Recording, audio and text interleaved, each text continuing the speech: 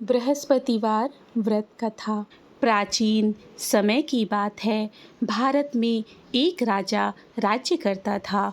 वह बड़ा ही प्रतापी व दानी था।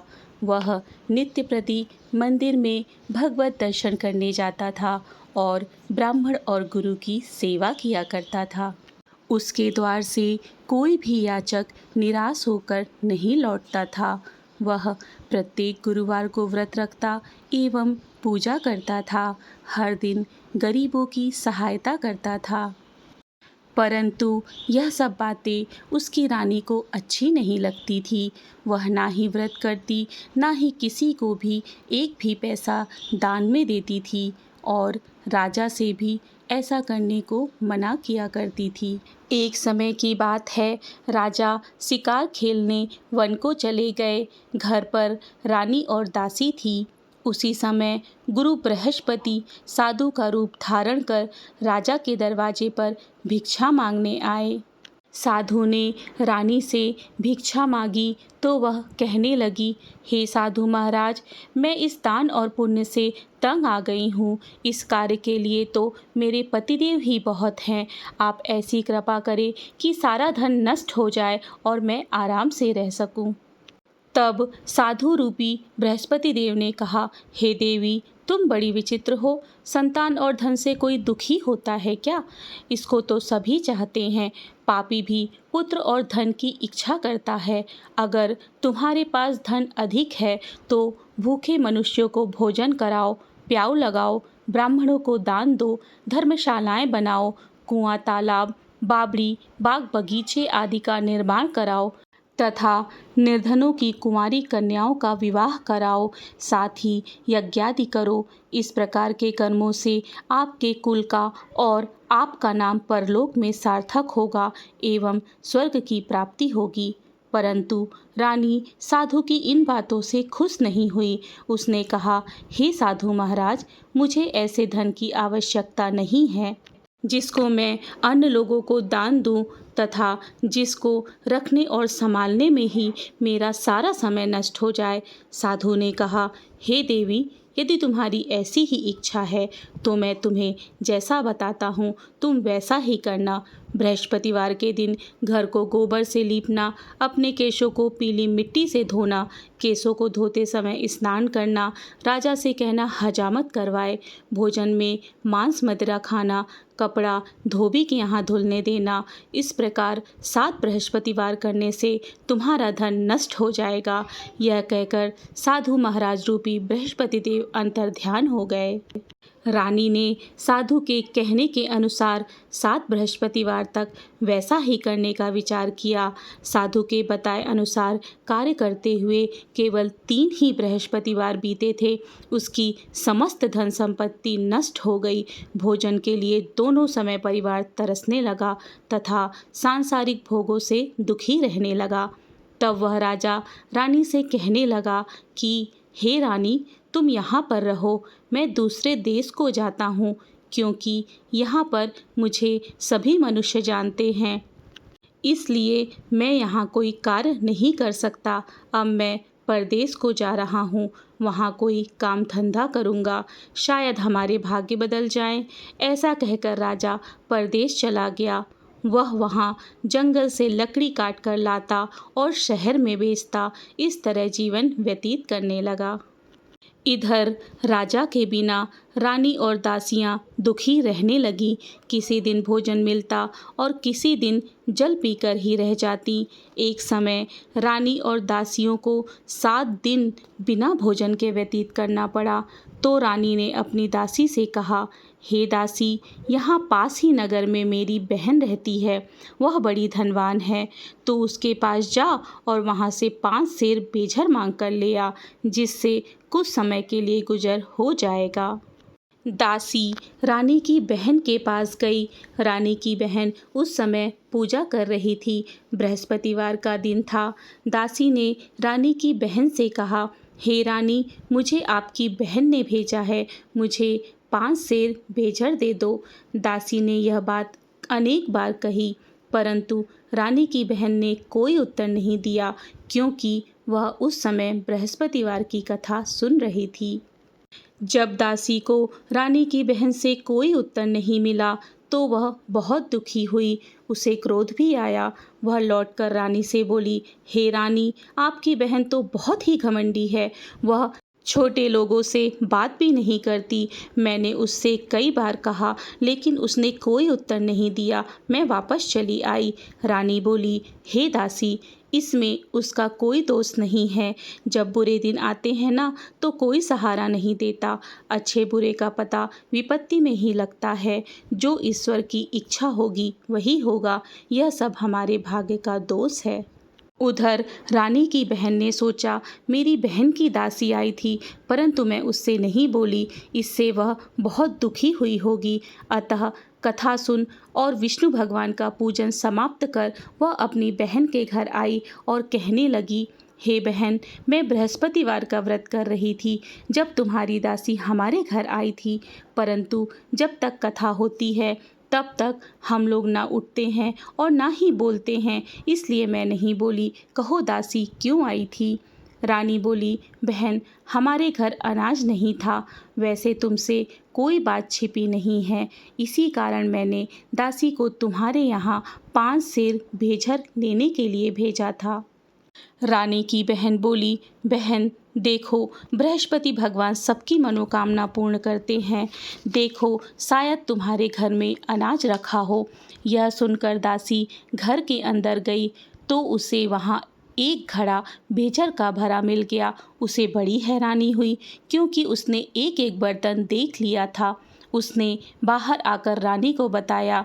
दासी अपनी रानी से कहने लगी, हे रानी, देखो, वैसे हमको जब अन्न नहीं मिलता तो हम रोज ही व्रत करते हैं। अगर इससे व्रत की विधि और कथा पूछ ली जाए तो हम भी किया करेंगे। दासी के कहने पर रानी ने अपनी बहन से बृहस्पतिवार व्रत के बारे में पूछा। उसकी बहन ने बताया, हे रानी बहन, बृहस्पतिवार को सूर्योदय से पूर्व उठकर स्नान करके बृहस्पतिवार का व्रत करना चाहिए, लेकिन उस दिन सिर नहीं धोना चाहिए। बृहस्पतिवार के व्रत में चने की दाल और मुनक्का से विष्णु भगवान का केले के वृक्ष की जड़ का पूजन करें तथा दीपक जलावे। उस दिन एक ही समय भोजन करें। भोजन पीले खाद्य पदार्थ का करें तथा कथा सुने। इस प्रकार करने से गुरु भगवान प्रसन्न होते हैं और अन्न, पुत्र, धन देते हैं, मनोकामना पूर्ण करते हैं। व्रत और पूजा की विधि बताकर रानी की बहन अपने घर लौट गई। रानी और दासी दोनों ने निश्चय किया कि बृहस्पति देव भगवान का पूजन जरूर करेंगे। 7 दिन बाद जब बृहस्पतिवार आया तो उन्होंने व्रत रखा। गुड़साल में जाकर चना और गुड़ बीन लाई तथा उसकी दाल से केले की जड़ तथा विष्णु भगवान का पूजन किया। अब पीला भोजन कहाँ से आए? दोनों बड़ी दुखी हुई, परंतु उन्होंने व्रत किया था, इस कारण बृहस्पति देव भगवान प्रसन्न थे। एक साधारण व्यक्ति के रूप में वे 2 थालों में सुंदर पीला भोजन लेकर आए और दासी को देकर बोले, हे दासी, यह भोजन तुम्हारे और रानी के लिए है, तुम दोनों करना। दासी भोजन पाकर बड़ी प्रसन्न हुई और रानी से बोली, रानी जी, भोजन कर लो। रानी को भोजन के आने के बारे में कुछ पता नहीं था, इसलिए वह दासी से बोली, जा तू ही भोजन कर, क्यों तू हमारी व्यर्थ में हंसी उड़ाती है? दासी बोली, एक व्यक्ति भोजन देकर गया है। रानी कहने लगी, वह भोजन तेरे लिए ही देकर गया होगा, तू ही भोजन कर।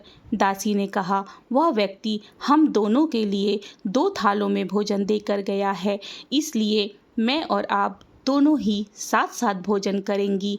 दोनों ने गुरु भगवान को नमस्कार कर भोजन प्रारंभ कर दिया। उसके बाद से वे प्रत्येक बृहस्पतिवार को गुरु भगवान का व्रत और पूजन करने लगी। बृहस्पति भगवान की कृपा से उनके पास धन हो गया, परंतु रानी फिर पहले की तरह आलस्य करने लगी। तब दासी बोली, देखो रानी, तुम पहले भी इस प्रकार का आलस्य करती थी, तुम्हें धन रखने में कष्ट होता था, इस कारण सभी धन नष्ट हो गया। अब गुरु भगवान की कृपा से धन मिला है तो फिर तुम्हें आलस्य होता है। बड़ी मुसीबतों के बाद हमने यह धन पाया है, इसलिए हमें दान पुण्य करना चाहिए। तुम भूखे मनुष्यों को भोजन कराओ, प्याऊ लगवाओ, ब्राह्मणों को दान दो, कुआं, तालाब, बावड़ी, बगीचे आदि का निर्माण कराओ, मंदिर पाठशाला बनाकर दान दो, कुंवारी कन्याओं का विवाह करवाओ, धन को शुभ कार्यों में खर्च करो, जिससे तुम्हारे कुल का यश बढ़े तथा स्वर्ग की प्राप्ति हो और पितृ प्रसन्न हो। दासी की बात मानकर रानी ने इसी प्रकार कर्म करने प्रारंभ कर दिए, जिससे उसका काफ़ी यश फैलने लगा। एक दिन रानी और दासी आपस में विचार करने लगी, ना जाने राजा किस दशा में होंगे, उनकी कोई खोज खबर नहीं है।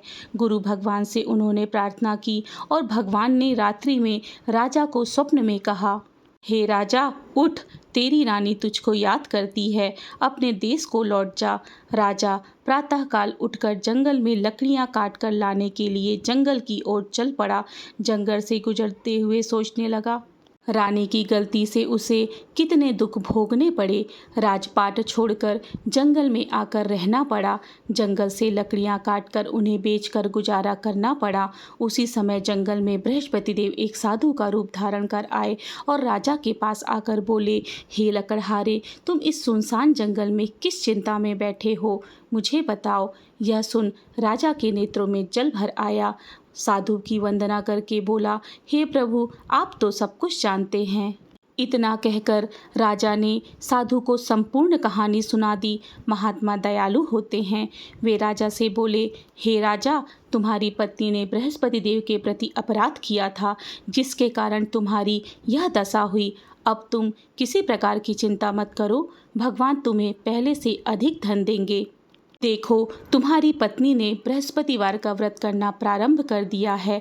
अब तुम भी बृहस्पतिवार का व्रत करके चने की दाल व गुड़ जल के लोटे में डालकर केले का पूजन करो। फिर कथा कहो या सुनो, भगवान तुम्हारी सब मनोकामना पूर्ण करेंगे। साधु को प्रसन्न देखकर राजा बोला, हे प्रभु, मुझे लकड़ी बेचकर इतना पैसा भी नहीं बचता जिससे भोजन करने के उपरांत कुछ बचा सकूं। मैंने रात्रि में अपनी रानी को व्याकुल देखा। मेरे पास कोई साधन भी नहीं है जिससे मैं समाचार जान सकूं। फिर मैं बृहस्पति देव की कहानी को क्या कहूँगा, मुझे तो कुछ मालूम भी नहीं है। साधु ने कहा, हे राजा, किसी प्रकार की चिंता मत करो। बृहस्पतिवार के दिन तुम रोजाना की तरह लकड़ियां लेकर शहर जाओ। तुम्हें रोज से 2 गुना धन प्राप्त होगा, जिससे तुम भली भांति भोजन कर लोगे तथा बृहस्पति देव की पूजा का सामान भी आ जाएगा। बृहस्पति देव की कथा इस प्रकार है। साधु ने बृहस्पतिवार की कथा सुनाते हुए कहा, प्राचीन काल में एक बहुत ही निर्धन ब्राह्मण था। उसके कोई संतान नहीं थी। वह नित्य पूजा पाठ करता, परंतु उसकी स्त्री बहुत ही मलिनता से रहती थी। वह ना ही स्नान करती और ना ही किसी देवता की पूजा करती। प्रातःकाल उठते ही सर्वप्रथम भोजन करती, बाद में अन्य कार्य करती। ब्राह्मण देवता बहुत दुखी रहते, पत्नी को बहुत समझाते, परंतु कोई परिणाम ना निकलता। भगवान की कृपा से ब्राह्मण की स्त्री के कन्या उत्पन्न हुई। वह कन्या अपने पिता के घर बड़ी होने लगी। वह बालिका प्रातः स्नान करके भगवान विष्णु का जप करती और बचपन से ही बृहस्पतिवार का व्रत भी करने लगी। बालिका पूजा पाठ समाप्त कर स्कूल जाती तो अपनी मुट्ठी में जौ भर कर ले जाती और पाठशाला जाने के मार्ग में डालती चली जाती। वही जौ स्वर्ण के हो जाते तो लौटते समय उन्हें बीनकर घर ले आती। एक दिन वह बालिका सूप में उन सोने के जौ को साफ कर रही थी। तभी माँ ने देख लिया और कहा, हे बेटी, सोने के जौ को फटकने के लिए सोने का सूप होना चाहिए। दूसरे दिन गुरुवार था। इस कन्या ने व्रत रखा और बृहस्पति देव से प्रार्थना करके कहा, हे प्रभु, यदि मैंने सच्चे मन से आपकी पूजा की हो तो मुझे सोने का सूप दे दो। बृहस्पति देव ने उसकी प्रार्थना स्वीकार कर ली। रोजाना की तरह वह कन्या जौ फैलाती हुई स्कूल चली गई। स्कूल से लौटकर जब वह जौ बीन रही थी तो बृहस्पति देव की कृपा से उसे सोने का सूप मिला। वह उसे घर ले आई और उससे जौ को साफ करने लगी, परंतु उसकी माँ का वही ढंग रहा। एक दिन की बात है, कन्या सोने के सूप में जौ को साफ कर रही थी। उस समय वहाँ नगर का राजकुमार वहाँ से होकर निकला। इस कन्या के रूप और सोने के सूप में जौ को साफ करता देखकर वह उस कन्या पर मोहित हो गया।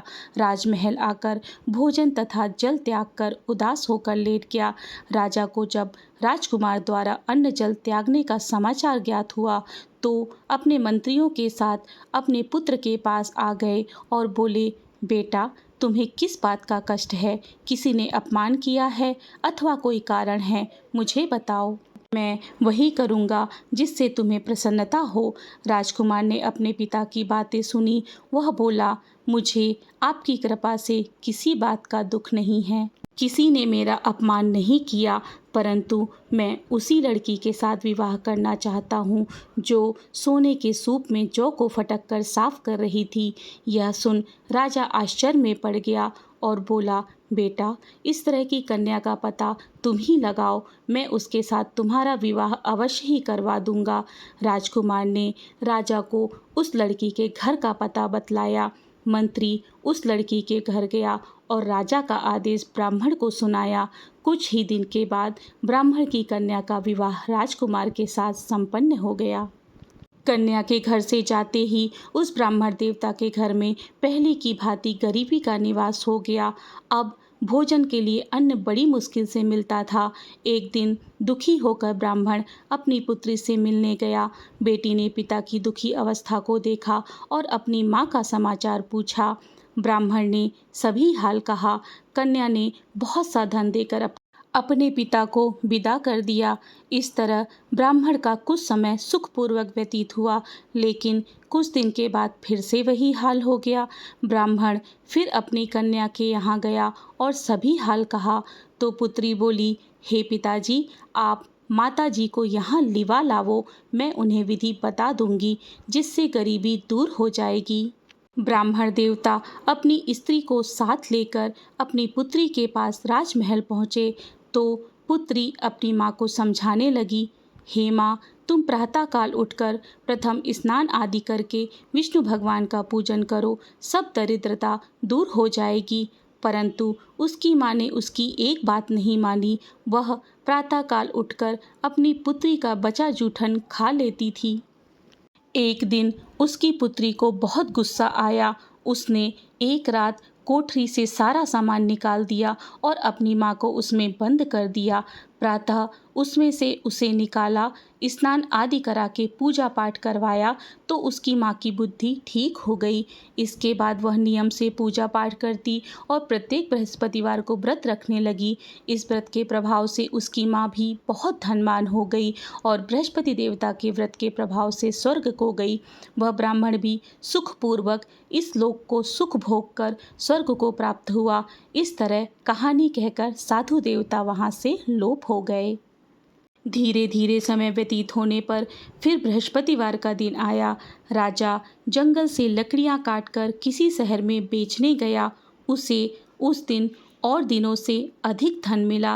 राजा ने चना गुड़ आदि लाकर बृहस्पतिवार का व्रत किया। उस दिन से उसके सभी क्लेश दूर हो गए। परंतु जब अगला गुरुवार का दिन आया तो वह बृहस्पतिवार का व्रत करना भूल गया। इस कारण बृहस्पति भगवान नाराज हो गए। उस दिन उस नगर के राजा ने विशाल यज्ञ का आयोजन किया तथा अपने समस्त राज्य में घोषणा करवा दी कि कोई भी मनुष्य अपने घर में भोजन ना बनाए तथा आग भी ना जलाए। समस्त लोग मेरे यहाँ भोजन करने आवेंगे। जो इस आज्ञा को ना मानेगा उसे फांसी की सजा दी जाएगी। राजा की आज्ञानुसार राज्य के सभी वासी राजा के भोज में सम्मिलित हुए, लेकिन लकड़हारा कुछ देर के बाद पहुँचा। इसलिए राजा उसको अपने साथ महल लेवा ले गए। जब राजा लकड़हारे को भोजन करा रहे थे तो रानी की दृष्टि उस खूंटी पर पड़ी जिस पर उसका हार लटका हुआ था। उसे हार खूंटी पर लटका दिखाई नहीं दिया। रानी को निश्चय हो गया कि मेरा हार उस लकड़हारे ने चुरा लिया है। उसी समय सैनिक बुलवाकर उसको जेल में डलवा दिया। जब लकड़हारा जेल खाने में गया तो बहुत दुखी होकर विचार करने लगा कि ना जाने कौन से पूर्व जन्म के कर्म से मुझे यह दुख प्राप्त हुआ है, और उसी साधु को याद करने लगा जो जंगल में मिला था। तत्काल बृहस्पति देव साधु के रूप में प्रकट हो गए और उसकी दशा को देखकर कहने लगे, अरे मूर्ख, तूने बृहस्पति देवता की कथा नहीं कही, इसी कारण तुझे यह दुख प्राप्त हुआ है। अब चिंता मत कर, बृहस्पतिवार के दिन जेल खाने के दरवाजे पर 4 पैसे पड़े मिलेंगे। तू उससे बृहस्पति देव की पूजा करना, तेरे सभी कष्ट दूर हो जाएंगे। अगले बृहस्पतिवार को उसे जेल के द्वार पर 4 पैसे मिले। राजा ने पूजा का सामान मंगवाकर कथा कही और प्रसाद बांटा। उसी रात्रि को बृहस्पति देव ने उस नगर के राजा के स्वप्न में कहा, हे राजा, तूने जिस आदमी को जेल खाने में बंद किया है वह निर्दोष है, वह राजा है, उसे छोड़ देना। रानी का हार उसी खूंटी पर लटका हुआ है। अगर तू ऐसा नहीं करेगा तो मैं तेरे राज्य को नष्ट कर दूंगा।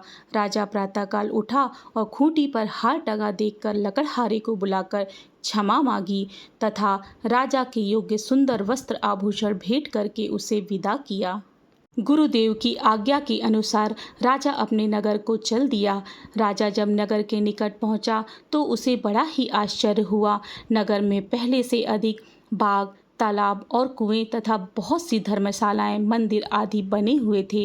राजा ने पूछा, यह बाग और धर्मशाला किसका है?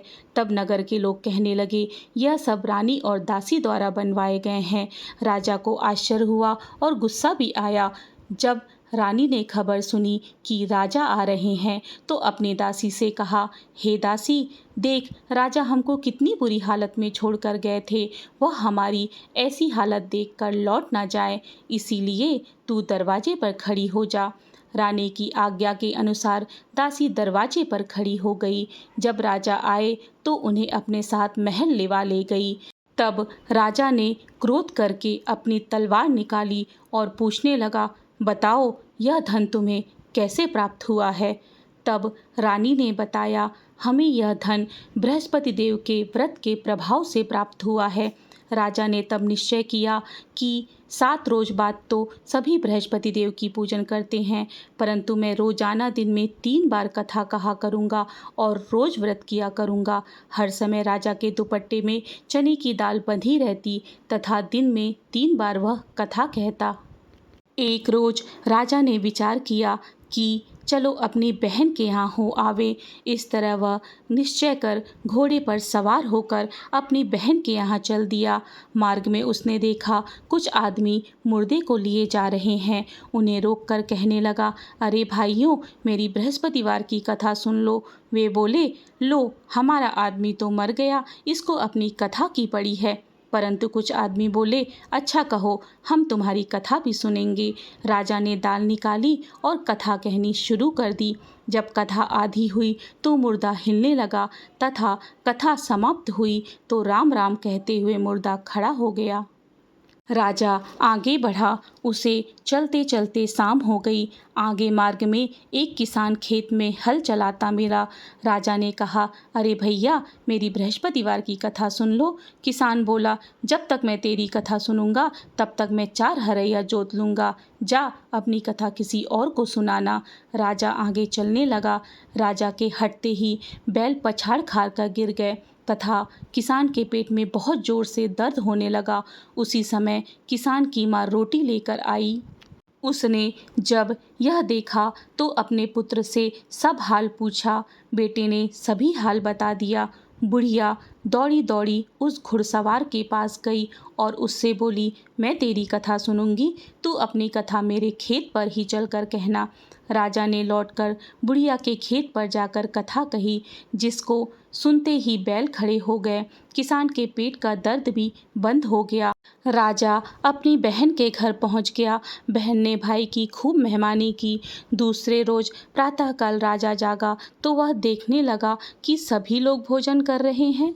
राजा ने अपनी बहन से जब पूछा कि ऐसा कोई मनुष्य नहीं है जिसने भोजन ना किया हो जो मेरी बृहस्पतिवार की कथा सुन ले। बहन बोली, भैया, यह देश ऐसा ही है। यहाँ पर पहले लोग भोजन करते हैं, बाद में अन्य काम करते हैं। अगर पड़ोस में कोई है तो देख आती हूँ। ऐसा कहकर बहन देखने चली गई, परंतु उसे कोई भी ऐसा व्यक्ति नहीं मिला जिसने भोजन ना किया हो। फिर वह एक कुम्हार के घर गई जिसका लड़का बीमार था। उसे मालूम हुआ कि यहाँ 3 दिन से किसी ने भोजन नहीं किया है। रानी ने अपने भाई की कथा सुनने के लिए कुम्हार से कहा। वह तैयार हो गया। राजा ने जाकर बृहस्पतिवार की कथा कही, जिसको सुनकर उसका लड़का ठीक हो गया। अब तो राजा की प्रशंसा होने लगी। एक दिन राजा ने अपनी बहन से कहा, हे बहन, मैं अपने घर जाऊंगा, तुम भी तैयार हो जाओ। राजा की बहन ने अपनी सास से भाई के साथ जाने की आज्ञा मांगी। सास बोली, चली जा, परंतु अपने लड़के को लेकर मत जाना, क्योंकि तेरे भाई की कोई संतान नहीं है। बहन ने अपने भाई से कहा, हे भैया, मैं तो चलूंगी, परंतु कोई बालक नहीं जाएगा। राजा ने कहा, जब कोई बालक नहीं चलेगा तो तुम जाकर क्या करोगी? दुखी मन से राजा अपने नगर को लौट गया। राजा ने अपनी रानी से कहा, हम निसंतान है ना, इसलिए हमारे घर कोई आना पसंद नहीं करता। इतना कहकर वह बिना भोजन के सैया पर लेट गया।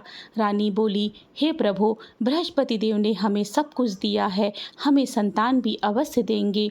उसी रात बृहस्पति देव ने राजा को स्वप्न में कहा, हे राजा, उठ, सभी सोच त्याग दे, तेरी रानी गर्भवती है। राजा को यह जानकर बड़ी खुशी हुई। 9वें महीने रानी के गर्भ से एक सुंदर पुत्र पैदा हुआ।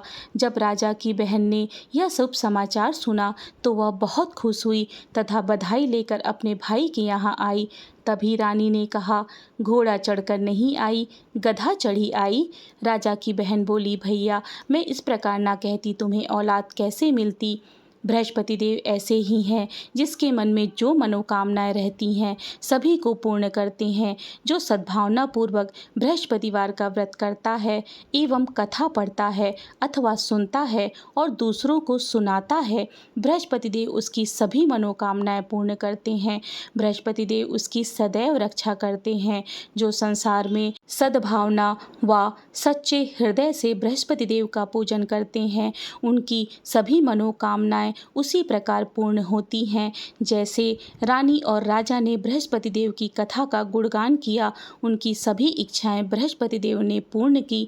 मनुष्य को हृदय से मनन करते हुए उनकी जय जयकार करनी चाहिए। इति श्री बृहस्पतिवार व्रत कथा। बोलो विष्णु भगवान की जय।